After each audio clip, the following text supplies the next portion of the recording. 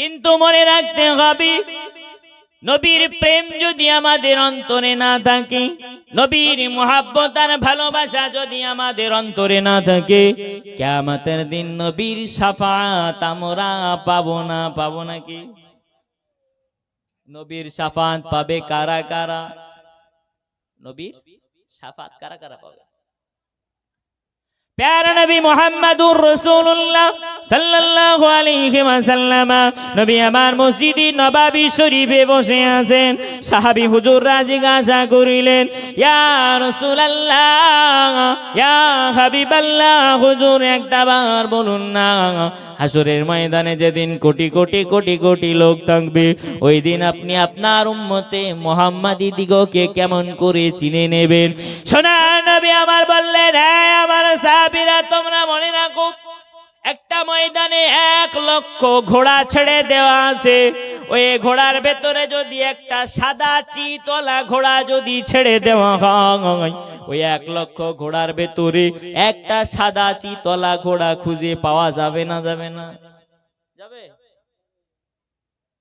সোনার নবী আমার বললেন, ওগো আমার সাহাবীরা, তোমরা মনে রাখো, আমার যে সমস্ত উম্মতিরা দুনিয়াতে 5 ওয়াক্ত নামাজ আদায় করবে, আর 5 ওয়াক্ত নামাজ আদায়ের পূর্বে যখন তারা ওযু করবে, 2 হাতের কোণই পর্যন্ত ধৌত করবে, মুখমণ্ডলটা ধৌত করবে, মাথা মাসা করবে, পায়ের গোড়ালি পর্যন্ত ধৌত করবে।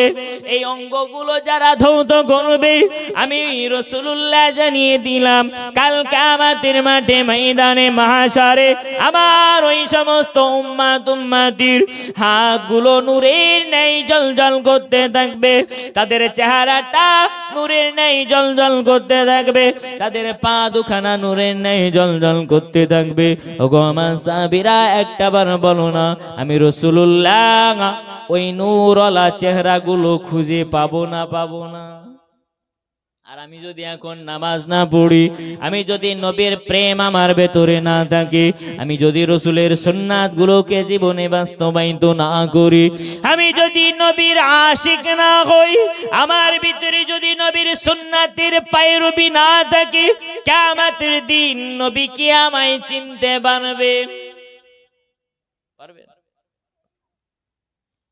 যেদিন কেউ কারণ হবে না, ওই হাসরের ময়দানে আমার নবী ছাড়া কেউ তোমার শাফাত করবে না।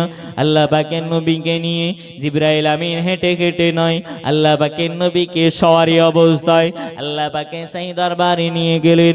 তামাম দুনিয়ায় কেউ নাই, জিবরাইল আমিন আমার নবী আর আল্লাহ ছাড়া এ দুনিয়ায় কেউ যখন থাকবে না, আমার আল্লাহ বলবেন, ওগো হাবিব, দুনিয়াতে আপনাকে কাউসার দান করেছিলাম। সূরা কাউসারের ভিতরে আল্লাহ বলছেন, ইন্না আ'তাইনাকাল কাউসার। আল্লাহ বলেছেন না বলেন নাই? আল্লাহ বলবেন, হাবিব, আপনাকে যে কাউসার দান করেছিলাম, ওই কাউসার আপনাকে আজ দিয়ে দিলাম। হাসরের ময়দানে যেদিন সূর্যটা আপনার মাথার 1 মাইল উপরে থাকবে, কোন কোন কিতাবে 1 মাইল নয়, হাফ মাইল উপরে থাকবে, এমন কথা বলা হয়েছে কিতাবের ভেতরে। যেদিন সূর্যের প্রখর রৌদ্রে মাটিগুলা পুড়ে লাল তামা হয়ে যাবে, ওই দিন আপনি আপনার উম্মতি দিগকে আমার আরশের নিচে জায়গা করে দিয়ে, ওগো হাবিব, আপনার হাত দিয়ে আপনার উম্মতির হাউজে কাউসারের পানি আপনি পিলাইবেন। জোরে বলুন, আর একটা বার জোরে বলুন। সোনার নবী আমার ওই সমস্ত উম্মতি দিগকে, যাদের চেহারাগুলো নূরের নেই জ্বলজ্বল করতে থাকবে, ওই সমস্ত উম্মতি দিগর হাত ধরে ধরে, হাতগুলি ধরে ধরে নবী আমার হাউজে কাউসারের পাশে নিয়ে যাবে, আর নবী আমার 1 গ্লাস করে হাউজে কাউসারের পানি পিলাইবেন, আর আল্লাহ পাকের আরশের নিচে জায়গা করে দেবেন। জোরে বলুন। আর যারা সোনার নবীর প্রকৃত উম্মত হতে পারবে না, তারা দুনিয়ায় ঘোরাঘুরি করতে থাকবে, তামাম দুনিয়ায় তারা ঘোরাঘুরি করবে, কারোর মাথার খিনুগুলো টকবক করে ফুটতে থাকবে, কারোর জিহবাটা থুতনি পর্যন্ত বান হবে, কারোর জিহবাটা বুক পর্যন্ত বান হয়ে যাবে, কারোর জিহবাটা নাভি পর্যন্ত বান হয়ে যাবে, তৃষ্ণার কারণে বান হয়ে যাবে। তারপরেও উম্মত বান্দা বান্দেরা ইয়া নফসি ইয়া নফসি, আজ আমার কি হবে, আজ আমার কি হবে বলতে থাকবে। কেউ কারোর দিকে দেখার সময় পাবে না। তারপরে মানুষকে ভয় লাগে না? ভয় লাগে? কি অবস্থা! ভাবতে হবে আমাকে, একদিন আমি মরে যাব, দুনিয়া ছেড়ে বিদায় নিয়ে নেব। ওই হাসরের ময়দানে একদিন আমাকেও তো দাঁড়াতে হবে। নবীর প্রকৃত উম্মাত যদি হতে না পারি, আমার কপালে কত না কষ্ট আছে। আল্লাহ পাক রব্বুল আলামিন ইসরাফিল আলাইহিস সালামকে আবার আত্মাটা ফিরিয়ে দিয়ে ইসরাফিল আলাইহিস সালামকে বলবেন, ও ইসরাফিল, এবারে সিংহায় ফুৎকার দাও। ইসরাফিল আলাইহিস সালাম যেই না সিংহায় ফুৎকার দেবেন, তাম দুনিয়া থেকে জিন ইনসান, দুনিয়ার যাবতীয় প্রাণী কুল যারা দুনিয়া ছেড়ে বিদায় নিয়েছে, যাদেরকে আমার আল্লাহ সৃষ্টি করেছিলেন, যাদের আত্মা আছে, সবাই কবর ফুঁড়ে বার হবে। কি বাঘ ভাল্লুক থেকে শুরু করে নিয়ে তাম দুনিয়ায় যত প্রাণী কুল আছে সব সেদিন বার হবে। প্রাণীকুলের ভেতরে যত একজন দুর্বল, একজন সবল, দুর্বলকে জানা সবল প্রাণীগুলো তারা আক্রমণ করেছে, মেরেছে। আমার আল্লাহ পাক হলেন হাকিম, মহান আল্লাহ হাসরের ময়দানে ওই দুর্বল প্রাণীগুলোকে শক্তি দিয়ে দেবেন আর তাদেরকে হুকুম করবেন, আদেশ করবেন, এই তোমরা তোমাদের প্রতিশোধগুলো ওদেরকে আক্রমণ করে আজ প্রতিশোধ গ্রহণ করে নাও। তামাম প্রাণীকুল যখন প্রতিশোধ গ্রহণ করে নেবে, মহান আল্লাহ বলবেন, কুনতু তুরাবা, মাটি হয়ে যাও।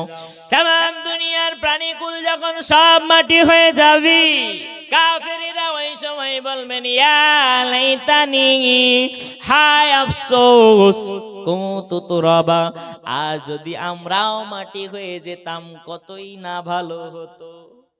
কারা বলবে? কাফের যারা, তারা বলবে, ইয়া লাইতানি কুনতু তুরাবা, হায় আফসোস, আজ যদি আমরাও মাটি হয়ে যেতাম কতই না ভালো হতো। কারণ কিয়ামতের ময়দান কেমন হবে সেইটা যদি আপনারে বোঝাতে হয়, ছোট্ট একটা ঘটনা না বললে বুঝতে পারবেন না। একদল মাদ্রাসার স্টুডেন্ট তার হুজুরকে জিজ্ঞাসা করে, হুজুর, কিয়ামতের দিন অবস্থাটা কেমন হবে? কতবার শুনলাম কিন্তু আমাদের তো বুঝে আসে না। হুজুর, আপনি আমাদেরকে একটাবার বাস্তবিকভাবে কিয়ামতের ময়দানটা কেমন হবে কি বোঝাবেন। হুজুর আমার পকেট থেকে কিছু টাকা বার করে ছাত্রদের ভেতরে বিলি করে দিলেন। কাউকে 100 টাকা, কাউকে 50 টাকা, কাউকে 10 টাকা, 20 টাকা, কাউকে 5 টাকা, আর সর্বশেষ একটা ছেলেকে 1 টাকা দিয়ে হুজুর বললেন, যাও তোমরা বাড়ি চলে যাও, 1 সপ্তাহ পরে মাদ্রাসার রান্নাঘরে তোমরা উপস্থিত হবে। সব ছাত্র বাড়ি চলে গেছে। হুজুর বললেন, বাড়ি যাওয়ার সময় বলছি, শোনো, তোমরা যে টাকা দিলাম সবগুলো তোমরা যে যা পারো খরচ করবা। বুঝতে পারেন না? সবাই বাড়ি গেছে, খরচ করেছে। যারে 100 টাকা দিয়েছে তার মনে বড় আনন্দ, হুজুর আমায় 100 টাকা দিয়েছি, কত খাবার খাবো। আর যারে 1 টাকা দিয়েছে তার মনটা বড় খারাপ, হুজুর আমারে 1 টাকা দিল। মন খারাপ হবে না? হবে না? মনে হবে হুজুর মনে হয় আমারে ভালোবাসে না। 1 সপ্তাহ পরে যে যার মতো পয়সা খরচ করে মাদ্রাসার রান্নাঘরে হুজুর বসে আছেন, হাতে একটা বড় বেত নিয়ে। কিনেছে বেত, বোঝেন তো নাকি? হ্যাঁ, বেত নিয়ে চেয়ারে হেলান দিয়ে হুজুর বসে আছে। সব ছাত্ররা বোর্ডিং ঘরে রান্নাঘরে ঢুকে গেল, হুজুর গেটটা লাগিয়ে দিলেন। মাদ্রাসার রান্নাঘরে চুলার ওপরে বড় একটা লোহার তাওয়া দিয়েছেন। কি দিয়েছেন?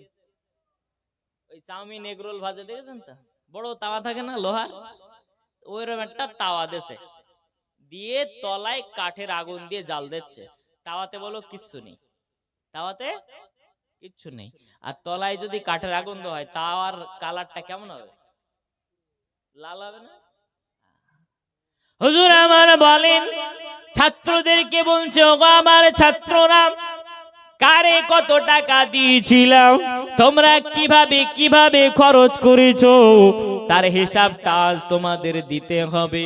তবে হিসাবটা আমার সামনে দাঁড়িয়ে নয়, ওই চুলার ওপরে গরম তাওয়ার ওপরে দাঁড়িয়ে দেওয়া লাগবে। ছাত্রদের ভিতরে যারা 100 টাকা দিয়েছিল, তার বুকের পানিগুলো শুকিয়ে যাবে না? যাবে না? কারণ তারে তো বলতে সময় লাগবে। আমার 100 টাকা দিয়েছে, 10 টাকার ফুচকা খেয়েছি, 10 টাকার ক্যাডবেরি খেয়েছি, 10 টাকার লজেন্স খেয়েছি, বলতে বলতে মিনিট খানি যাবে। হুজুর বললেন, শোনো আমার ছাত্ররা, হিসাব তো তোমাদের দেওয়া লাগবে, আর হিসাব দিতে যখন হবে ওই গরম তাওয়ার উপরেই তো দাঁড়িয়ে দিতে হবে। আর যদি হিসাব না দাও, এই দেখো বেত আমার হাতে, তোমাদের কি করে সোজা করতে হয় আমার জানা আছে, আছে না? না। হুজুরের বেত দেখে ছেলে পেলে সব উঠে পড়েছে, গরম তাওয়ার উপরে পা দেবে। হুজুর বলছেন, নামো, আর দিতে হবে না। হুজুর বললেন, ওগো আমার প্রিয় ছাত্ররা শোনো, মহান আল্লাহ বান্দাদিগকে দুনিয়ায় পাঠিয়ে দিয়েছেন, আর আল্লাহ পাক বান্দাদের যারে যতটা রুজি লাগে, আল্লাহ সবাইকে রুজি আপন আপন ভাগ করে দিয়েছেন। কিয়ামতের দিন যখন হিসাব দিতে হবে, সূর্যের প্রখর রৌদ্রে মাটিগুলো যখন পুড়ে তামা, লাল তামা হয়ে যাবে, এই বোর্ডিং ঘরের রান্নাঘরের তাওয়ার থেকেও লক্ষ লক্ষ গুণ বেশি উত্তপ্ত হবে। সবাইকে যেতে হবে। সন্দেহ আছে? সন্দেহ আছে নাকি? সন্দেহ নাই তো? সবারে যাওয়া লাগবে। ওই লাল তামার উপরে দাঁড়িয়ে সকলকে হিসাব দিতে হবে।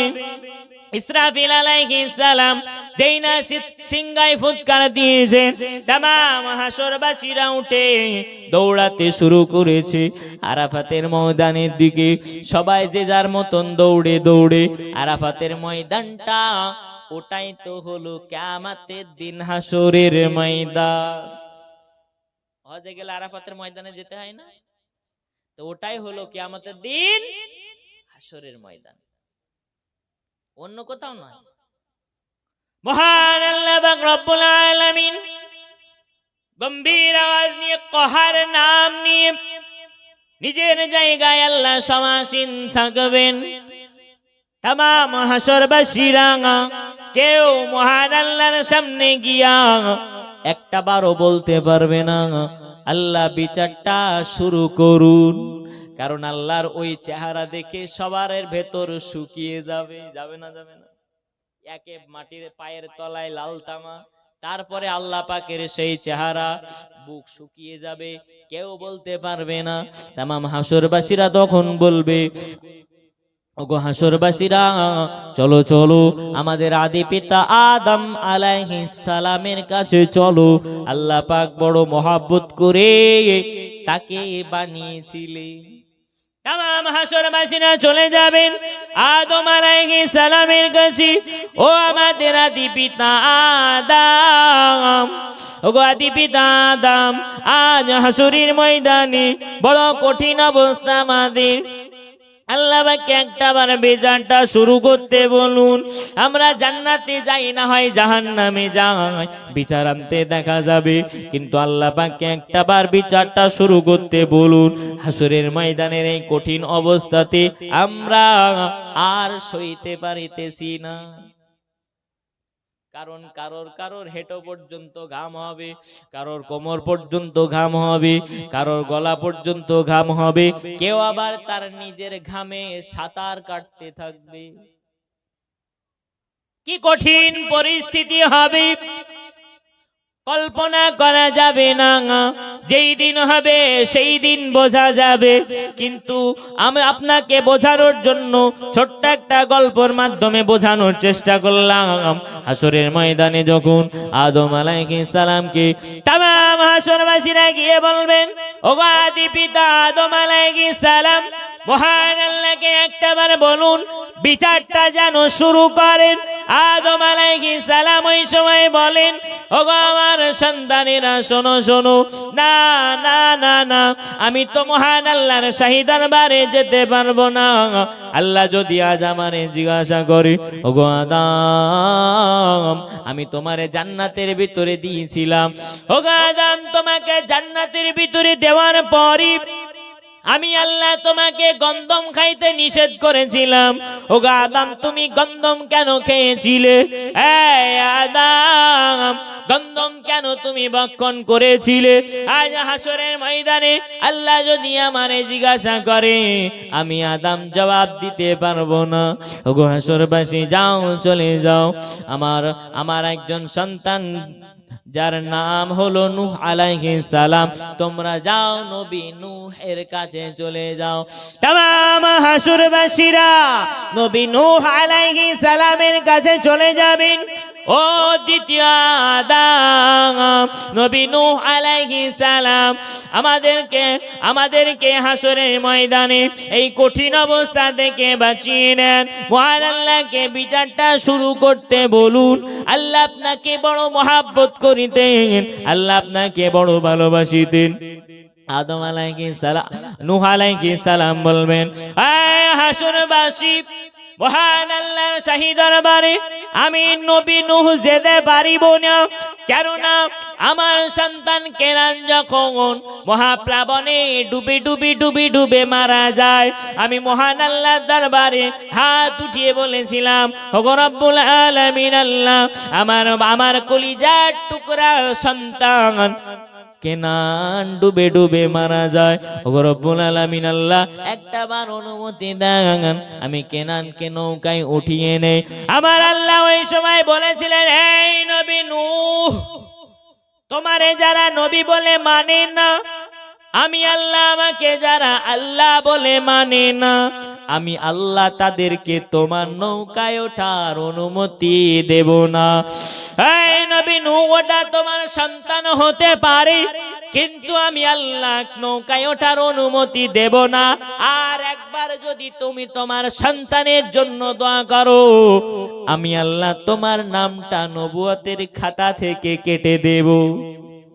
ওগো হাসরবাসী, আজ যদি মহান আল্লাহ আমারে জিজ্ঞাসা করি, আল্লাহ যদি বলে, ওগো নবী নূহ, কেন তুমি তোমার সন্তানের জন্য দোয়া করেছিলে? ও তো আমাকে আল্লাহ বলে স্বীকার করে নাই, তোমাকে নবী বলে মানে নাই, তবুও কেন দোয়া করেছিলে? আমি নবী নূহ জবাব দিতে পারবো না। ওগো হাসরবাসী যাও, চলে যাও নবী ইব্রাহিম আলাইহিস সালামের কাছে চলে যাও, যে নবীকে মহান আল্লাহ খলিলুল্লাহ, আল্লাহর বন্ধু বলে আল্লাহ কবুল করেছিলেন। যাও, চলে যাও নবী ইব্রাহিম আলাইহিস সালামের কাছে চলে যাও। তামাম হাসরবাসীরা নবী ইব্রাহিম আলাইহিস সালামের কাছে চলে আসবেন। ও নবী ইব্রাহিম আলাইহিস সালাম, আল্লাহ পাককে একটাবার বিচারটা শুরু করতে বলুন, আল্লাহ পাককে একটাবার বিচারটা শুরু করতে বলুন। ইব্রাহিম আলাইহিস সালাম বলবেন, না না, আমি তো আল্লাহ পাককে বিচারটা শুরু করতে বলতে পারি না, কেননা আমি আমার জীবনে তিনবার ভুল করেছি। তিনবার আমার দ্বারাই ভুল হয়ে গিয়েছে। ওগো হাসরবাসী, যাও চলে যাও। আমি নবী ইব্রাহিম আল্লাহ সেই দরবারে যেতে পারবো না। আমি আমার জীবনে কতবার ভুল করেছি, আমার দ্বারাই তো যাওয়া সম্ভব নয়। ওগো হাসরবাসী, যাও চলে যাও। নবী মূসা আলাইহিস সালামের কাছে তোমরা চলে যাও। এক এক করে বলতে বলতে অনেক লম্বা হয়ে যাবে। এক এক করে সমস্ত নবীরা সবাই ফিরিয়ে দেবেন। কেউ যখন দায়িত্ব নিতে চাইবে না, নবী ঈসা আলাইহিস সালাম বলবেন, এই হাসরবাসীরা শোনো শোনো, না না না না, তোমরা এদিক ওদিক কারোর কাছে যাবার প্রয়োজন নাই, যাও তোমরা সোজা চলে যাও আখিরি জামানার নবী মুহাম্মদুর রাসূলুল্লাহ সাল্লাল্লাহু আলাইহি ওয়াসাল্লামের কাছে চলে যাও। আখিরি জামানার নবীর কাছে তোমরা যাও। সেই নবী তো তোমাদেরকে এই কঠিন হাসরের ময়দানের বিপদ থেকে তোমাদেরকে রেহাই দিতে পারে। জোরে বলু, আরেকটা বার হবে না। যাও হাসরের ময়দানে চলে যাও। হাসরের ময়দানের নবী, আমাদের নবী, আখিরি জামানার নবী মুহাম্মদুর রাসূলুল্লাহ সাল্লাল্লাহু আলাইহি ওয়াসাল্লামের দরবারে যাও। তিনি পারবেন একমাত্র তোমাদেরকে এই কঠিন সময়ে, এই হাসরের ময়দানে তোমাদেরকে বাঁচাতে। যাও। তামাম হাসরবাসীরা ঘুরে ঘুরে আরশের পায়ার কাছে দেখবেন আমার নবী সিজদায় পড়ে রয়েছেন। সোনার নবীর চারিপাশে, হাসরের ময়দানে সোনার নবীর চারিপাশে তামাম হাসরবাসীরা ঘিরে দাঁড়িয়ে যাবে। নবী আমার সিজদায় পড়ে রোনাজারি করা শুরু করে দেবে। আল্লাহ নবী আমার সিজদায় পড়ে যখন রোনাজারি করবেন, আমার আল্লাহ পাক আমার নবীর চোখের পানি সইতে পারেন না। আল্লাহ আমার নবীর চোখের পানি সহ্য করতে পারেন না। আমার আল্লাহ পাক বলবেন, ও জিবরাইল যাও চলে যাও। আমার হাবিবুল্লাহ কেন কাঁদে, কি জন্য কাঁদে? আমার হাবিবুল্লাহকে কান্না থেকে ওঠাও। দয়ার নবীর কাছে জিবরাইল আলাইহিস সালাম চলে আসবেন আর ডেকে ডেকে বলবেন, ওগো নবী মাথাটা উঁচু করুন। ইয়া রাসূলুল্লাহ, ইয়া হাবিবাল্লাহ, হুজুর মাথাটা উঁচু করুন, আর কাঁদবেন না। আল্লাহ পাক আপনার কান্না সইতে পারে না। জোরে বলুন, আর একবার জোরে বলুন না সুবহানাল্লাহ। মহান আল্লাহ আমার নবীর কান্না সইতে পারেন না। আমরা তো সেই নবীর উম্মত, আমাদের কতটা না সৌভাগ্য, সেই আখিরি নবীর উম্মত। আমাদের মর্যাদা তো আমার আল্লাহ পাক অনেক দিয়েছেন।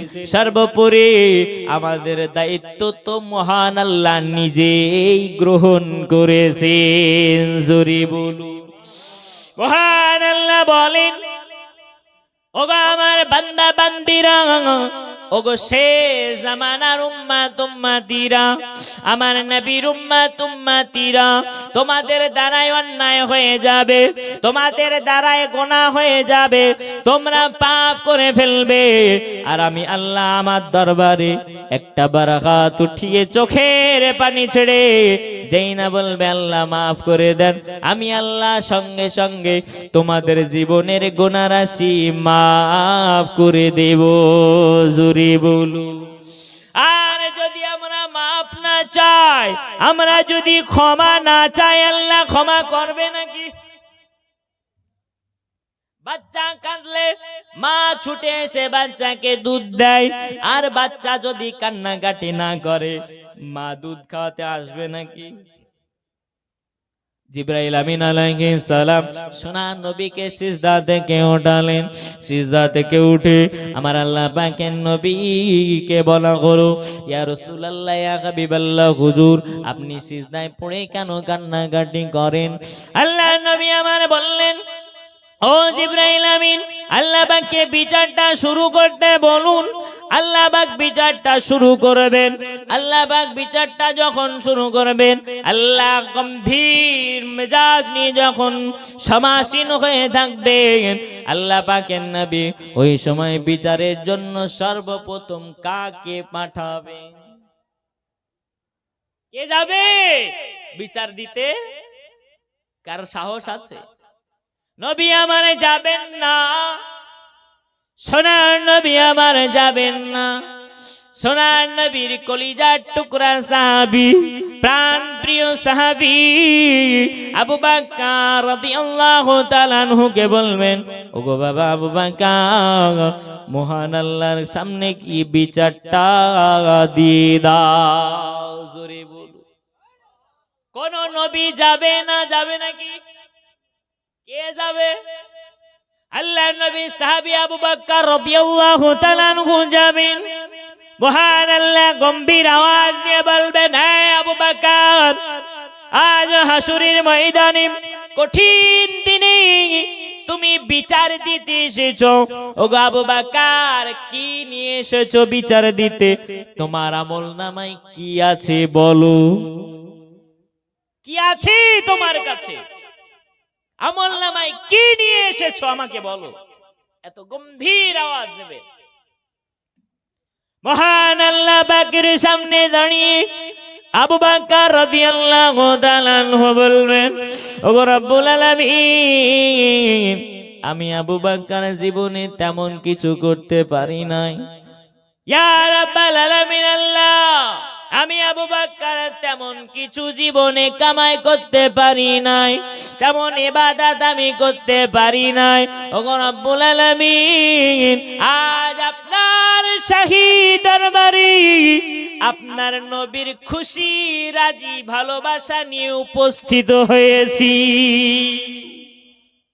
আল্লাহ, কিছুই নিয়ে আসতে পারি নাই, শুধুমাত্র আপনার নবীর প্রেম, মহব্বত, ভালোবাসা, আপনার নবীর রাজি খুশি নিয়ে আপনার দরবারে এসেছি। আল্লাহ, আমার তো কিছুই নাই, কিচ্ছু নাই। আল্লাহ, যেই না আবু বকর রাদিয়াল্লাহু তাআলা আনহু বলবেন, আপনার নবীর প্রেম, আপনার নবীর ভালোবাসা, আপনার নবীর রাজি খুশি নিয়ে এসেছি।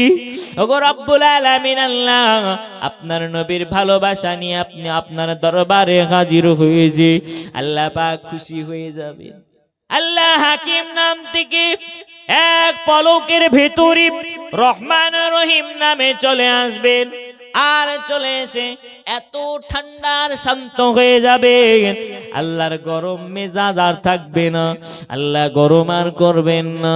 আল্লাহ পাক একেবারে রহমান আর রহিম, পরম করুণাময়, অতি দয়ালু নামে চলে আসবেন। জোরে বলুন। এবার দুনিয়াতে, এবার হাসরের ময়দানে বিচারটা শুরু হয়ে যাবে। আল্লাহ বলবেন, আবু বকর যাও, চলে যাও, জান্নাতে চলে যাও, আমি আল্লাহ পাক তোমার জন্য জান্নাত ঘোষণা করে দিলাম। আবু বকর রাদিয়াল্লাহু তাআলা আনহু বলবেন, ইয়া রাব্বাল আলামিন, আল্লাহ, সেই বাচ্চা বয়স থেকে নিয়ে আপনার নবীর সাথে আমি আমার জীবনটা কাটিয়েছি। হিজরতের সময়ের বন্ধু আমি আবু বকর। ওগো নবী, কবর জগতের বন্ধু হলাম আপনার নবীর আমি আবু বকর। ওগো রব্বুল আলামিন, আল্লাহ, আপনার নবীর হাসরের ময়দানের বন্ধু আমি আবু বকর। ইয়া রাব্বাল আলামিন, আবু বকর যদি জান্নাতে যায়, আপনার নবীর সাথেই তো জান্নাতি যাবে। জোরে বলুন। আমার আবু বকর রাদিয়াল্লাহু তাআলা আনহু যখন এমন কথা বলবেন, আমার আল্লাহ পাকের নবীকে বলবেন, ওগো আমার হাবিব, ও আমার নবী, ও আমার দোস্ত, যান, চলে যান, আপনার গুনাহগার উম্মত উম্মতি দিগকে নিয়ে আপনি আমার দয়ার জান্নাতে চলে যান। আল্লাহ নবী উম্মতে মুহাম্মাদি দিগকে বেছে বেছে হাত ধরে ধরে দয়ার জান্নাতে নিয়ে যাবে। সুবহানাল্লাহ, সুবহানাল্লাহ। যদি কামাই করতে পারেন, প্রকৃত উম্মতে মুহাম্মাদি যদি হতে পারেন, তবেই তো জান্নাত। আর আমার ভেতরে যদি নবী প্রেম না থাকে, আমার অন্তরে যদি নবীর মোহাব্বত না থাকে, আমি যদি 5 ওয়াক্ত নামাজ না পড়ি, আমি যদি 5 ওয়াক্ত ওযু না করি, আমার চেহারায় যদি নূরের ঝলকানি না থাকে, আমার আল্লাহ পাকের নবী আমাকে কি চিনতে পারবেন? মহান আল্লাহ পাকের নবী উম্মতে মুহাম্মাদি দিগকে হাত ধরি ধরি ধরি ধরি আল্লাহর দয়ার জান্নাতে নিয়ে চলে যাবেন। আল্লাহ পাক এক দলকে যখন জান্নাতি ঘোষণা করে দেবেন, আর এক দলকে বিনা হিসাবে মহান আল্লাহ জাহান্নামী ঘোষণা করে দেবেন। কাফের দিগকে জাহান্নামের ভিতরে তাড়িয়ে দেওয়া হবে, হাঁকিয়ে দেওয়া হবে, জাহান্নামের ভিতরে পাঠিয়ে দেওয়া হবে। আর একদল যখন মানুষ বেঁচে থাকবে, আল্লাহ বিচারটা শুরু করবেন। এমন মানুষের বিচার করবেন আল্লাহ, একজন মানুষ হাসরের ময়দানে বিচার নিয়ে আসবে, তার জীবনে সমপরিমাণ গুনাহ, সমপরিমাণ নেকি, নেকির পরিমাণ মাপতে গিয়ে একটা নেকি কম হয়ে যাবে। হাসরের ময়দানে মহান আল্লাহ বলবেন, এই আমার বান্দা যাও, চলে যাও। এই তামাম হাসরের ময়দান ঘুরি ঘুরি ঘুরি ঘুরি তোমার কোন আত্মীয় স্বজনের কাছ থেকে যদি তুমি একটা নেকি আনতে পারো, আমি আল্লাহ পাক তোমারে জান্নাতে দিয়ে দেব। ওই আল্লাহ পাকের বান্দা তামাম হাসরের ময়দান ঘুরতে ঘুরতে তার প্রাণ প্রিয় বিবিরে বলবেন, ওগো বিবি, আমারে তোমার একটা নেকি কি আমায় দেবে? একটা নেকির কারণে আমি জান্নাতে যেতে পারি নাই। বিবি বলবে, কে তুমি? তোমায় তো চিনি না, আমি তোমায় তো নেকি দিতে পারবো না, চলে যাও। বিবি দাঁড়িয়ে দেবে, কলিজার টুকরা সন্তান চিনতে পারবে না, আম্মা জান চিনতে পারবে না, আব্বা জান চিনতে পারবে না, আপনার কলিজার আত্মীয় স্বজন কেউ আপনার চিনেও চিনতে পারবে না, চিনেও না চেনার ভান করবে। ওই হাসরের ময়দানে বান্দা অসহায়ের মতো ছোটাছুটি করতে থাকবেন। হঠাৎ করে একজন বান্দা বলবেন, ওগো আল্লাহ পাকের বান্দা, এই হাসরের ময়দানে তুমি কেন অসহায়ের মতো ঘোরাঘুরি করো? তোমার মুখটা কেন মলিন? ওই সময় আল্লাহর বান্দা বলবেন, ওগো আল্লাহ পাকের বান্দা, আজ হাসরের ময়দানে আমি বড় অসহায়। আমার পরিবারের জন্য জীবনের সব অর্থ সম্পদ বিলিয়ে দিয়েছিলাম, জীবনের যত টাকা পয়সা ধন সম্পত্তি যা ছিল আমার আত্মীয় স্বজনের দিয়ে দিয়েছি, প্রাণের বিবির দিয়েছি, বাপ মাকে দেখেছি, কলিজার টুকরা সন্তানাদিকে দেখেছি। আজ হাসরের ময়দানে কেউ আমার একটা নেকি দিল না। অসহায় বান্দা যখন এমন ভাবে বলবেন, আল্লাহর ওই বান্দা বলবেন, ওগো আল্লাহর বান্দা, আমার জীবনে কোনো গুনাহ, কোনো নেকি নাই, একটাই মাত্র ভালো কাজ রয়েছে, আর বাকি তো সব গুনাহে ভরা। ওগো বান্দা, ওগো আল্লাহর বান্দা, এই একটা নেকি নিয়ে তো আমার জান্নাতে যাওয়া সম্ভব নয়।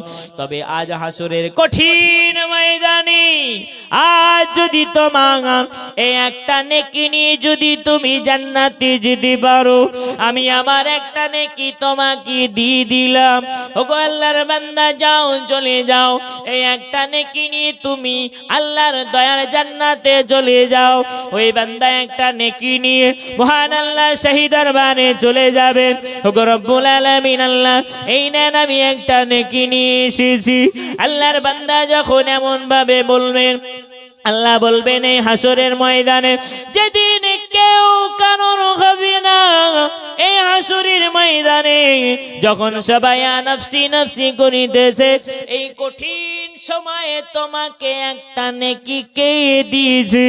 এই হাসরের ময়দানে এই কঠিন সময়ে একমাত্র রহমত করার জন্য, একমাত্র দয়া করার জন্য তো আমি আল্লাহ আমার সাথে সাথ দিয়ে কে তোমার প্রতি দয়া করেছে? ওগো আল্লাহর বান্দা, ওই একটা নেকি দেওয়া বান্দারে আমার কাছে নিয়ে এসো। আল্লাহর বান্দা চলে যাবেন হাসরের ময়দানের দিকে। যখন চলে যাবেন হাসরের ময়দান থেকে নিয়ে ওই বান্দাকে সাথে নিয়ে মহান আল্লাহ সেই দরবারে হাজির হয়ে যাবেন। ওগো রব্বুল আলামিন আল্লাহ এই বান্দার জীবনে কোনো নেকি নাই, একটাই মাত্র নেকি ছিল, ওই একটা নেকি তো আমাকে দিয়েছেন। আল্লাহ পাক বলবেন, এই আমার বান্দা, তুমি তো জানো হাসরের ময়দান কত কঠিন, তুমি তো জানো জাহান্নাম কত ভয়ঙ্কর। ওগো বান্দা, তুমি তোমার একটা নেকি কেন তুমি একে দিয়ে দিলে? ওই সময় আল্লাহর বান্দা বলবেন, ওগো রব্বুল আলামিন আল্লাহ, আমার জীবনে একটাই মাত্র নেকি রয়েছে। আমি জানি আমার যখন নেকির পাল্লা ওজন করা হবে আমি তো আপনার দয়ার জান্নাতে যেতে পারবো না। ওগো রব্বুল আলামিন, আমার একটা নেকির কারণে যদি কেউ জান্নাতে যেতে পারে আমি তাই তো তাকে নেকিটা দিয়ে দিলাম। আমার একটা নেকি কেন আমি নষ্ট করব? আমার আল্লাহ পাক বলেন, আজ হাসরের ময়দানে দয়া করার জন্য আমি আল্লাহ একাই ছিলাম, আমার সঙ্গে যখন তুমিও সাথ দিয়েছো, ওগো আমার বান্দা যাও, চলে যাও, আমি আল্লাহ তোমাদের দুজনকেই জান্নাতি ঘোষণা করে দিলাম। জোরে বলুন।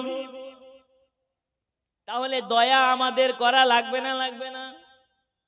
দয়া যদি করতে পারি আল্লাহ খুশি হবে না? হবে না? আর দয়া যদি আমাদের ভেতরে না থাকে আমাদের কপালে কষ্ট আছে না নাই? হাসরের ময়দানে আবার দুইজন বন্ধু হাজির হয়ে যাবে। আল্লাহ পাক বিচারের জন্য বসে থাকবেন। দুইজন বান্দা যখন আবার হাজির হয়ে যাবেন, আল্লাহ পাকে সেই দরবারে হাজির হয়ে যাবার পরে আল্লাহ বিচার করবেন। আল্লাহ দুজনকেই বিচার আনতে বলবেন, ওগো বান্দারা যাও, আমার জাহান্নামায় চলে যাও, যাও তোমরা জাহান্নামায় যাও। তোমাদের জীবনে কোনো সেরকম ভালো কাজ কিচ্ছু খুঁজে পাচ্ছি না। আল্লাহ যেই বলবেন যাও, জাহান্নামায় যাও, একজন বান্দা দৌড়তে থাকবে। কি করবে? দৌড়াতে থাকবে। আর একজন বান্দা দুপা যাবে, এক পা পিছবে। একজন বান্দা কি করবে? দুপা যাবে, এক পা পিছবে, আবার দুপা যাবে, আবার এক পা পিছবে। কিছু সময় পরে আমার আল্লাহ বলবেন, এই আমার বান্দারা, তোমরা ছুটে চলে এসো, আমার কাছে এসো, আমি আল্লাহ আমার কাছে এসো। দুইজন বান্দা চলে আসবেন। আমার আল্লাহ বলবেন, ওগো আমার বান্দারা, তুমি কেন দৌড়ে দৌড়ে আমার জাহান্নামায় যাইতেছিলে? কি ব্যাপার, তুমি দৌড়ে দৌড়ে যাচ্ছ?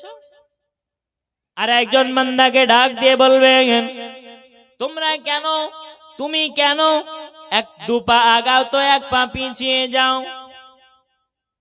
তুমি কেন দুপা আগাও এক পা পিছাও? আল্লাহর বান্দা বলবেন, ওগো রব্বুল আলামিন আল্লাহ, আলেমদের মুখে শুনেছিলাম, দুনিয়ায় জলসা শুনতে শুনতে আলেমদের কানে শুনেছিলাম আল্লাহ পাকের দয়ার কোনো কুল কিনারা নাই, আল্লাহর দয়ার কোনো সীমা নাই। ওগো রব্বুল আলামিন, আজ শেষ সময়ে আপনার দয়া হয় কিনা সেই চিন্তা ভাবনায় দুপা আগাই তো এক পা পিছাই। মনে হয় এই আপনি ডাক দিলেন, মনে হয় আমাদেরকে হয়তো মাফ করে দিলেন। আল্লাহ পাক দ্বিতীয় জনকে জিজ্ঞাসা করে, ওগো আমার বান্দা, তুমি কেন দৌড়ে দৌড়ে জাহান্নামায় যাইতেছিলে? আল্লাহর বান্দা বলবেন, রব্বুল আলামিন আল্লাহ, আপনার আইন কানুন, আপনার আদেশ নিষেধ দুনিয়ায় মানতে পারি না। ওগো রব্বুল আলামিন আল্লাহ, আপনার শেষ আদেশ, আপনি আমাকে জাহান্নামায় যেতে বলেছেন, আপনার শেষ আদেশটা মানার জন্য আমি দৌড়ে দৌড়ে জাহান্নামায় যাইতেছিলাম। আল্লাহ বলবেন, আমার শেষ আদেশটা পালন করেছো। আল্লাহ পাক ওই সময় এত খুশি হয়ে যাবে, আল্লাহ খুশি হয়ে ওই দুইজন বান্দারে বলবেন, যাও তোমরা আমার দয়ার জান্নাতে চলে যাও। জোরে বলুন। আল্লাহর দয়ার কোনো কুল কিনারা নাই, আল্লাহর আল্লাহর দয়ার কোনো সীমা নাই। আল্লাহ পাক এত দয়াবান, আল্লাহ পাক রব্বুল আলামিন বিচার যখন সব সমাপ্ত করে দেবেন, তামাম নবীরা জান্নাতে চলে যাবে, তামাম উম্মাতুম বান্দা বান্দিরা, নেককার বান্দা বান্দি জান্নাতে চলে যাবে, বদকার বান্দা বান্দিরা জাহান্নামে চলে যাবে। সবাই যখন যে যার মতো চলে যাবে, মহান আল্লাহ জান্নাতবাসী এবং জাহান্নামবাসীকে ডাক দিয়ে বলবেন, এই জান্নাতবাসীরা এই দিকে তাকাও, এই জাহান্নামবাসীরা আমি আল্লাহ আমার দিকে তাকাও। তামাম হাসরবাসী, তামাম জান্নাতবাসী জাহান্নামবাসী যখন দুই দল যখন তাকিয়ে থাকবেন, আল্লাহ পাক একটা দুম্বা আকৃতি প্রাণীকে নিয়ে এসে দুম্বা আকৃতি প্রাণীটাকে বলবেন, ওগো জান্নাতবাসী, ওগো জাহান্নামবাসী, দেখো এটাই তো তোমাদের মৃত্যু ছিল। আমাদের মৃত্যু হবে না? মৃত্যু হবে না? মৃত্যুকে নিয়ে আসা হবে। এই জান্নাতবাসী আরে জাহান্নামবাসী, দেখো এই তোমাদের মৃত্যু নামক প্রাণীটারে আজ জবাহ করে দিলাম। আজ তোমরা যারা জান্নাতে আছো তোমাদের আর মৃত্যু হবে না, আর তোমরা যারা জাহান্নামে আছো তোমাদেরও তো আর মৃত্যু হবে না। মৃত্যুকেই আল্লাহ জবাহ করে দেবেন, আর মৃত্যু হবে না, মরণ হবে না। জাহান্নামে যারা থাকবে চিরকালের জন্য জাহান্নামে থাকবে, জান্নাতি যারা চলে যাবে জান্নাতি তারা থাকবে।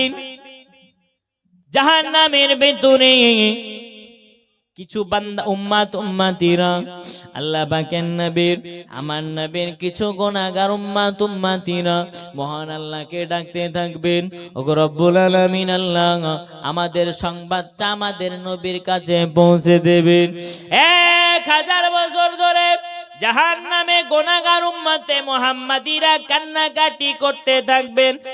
1000 বছর পরে জিবরাইল আমিনকে ডেকে বলবেন, আল্লাহ ও জিবরাইল আমিন, যাও চলে যাও, ওই দেখো না জাহান্নামায় একদল বান্দা বান্দিরা কেন কান্না করে, ওদের কান্না করার কারণটা একটা বার জেনে এসো।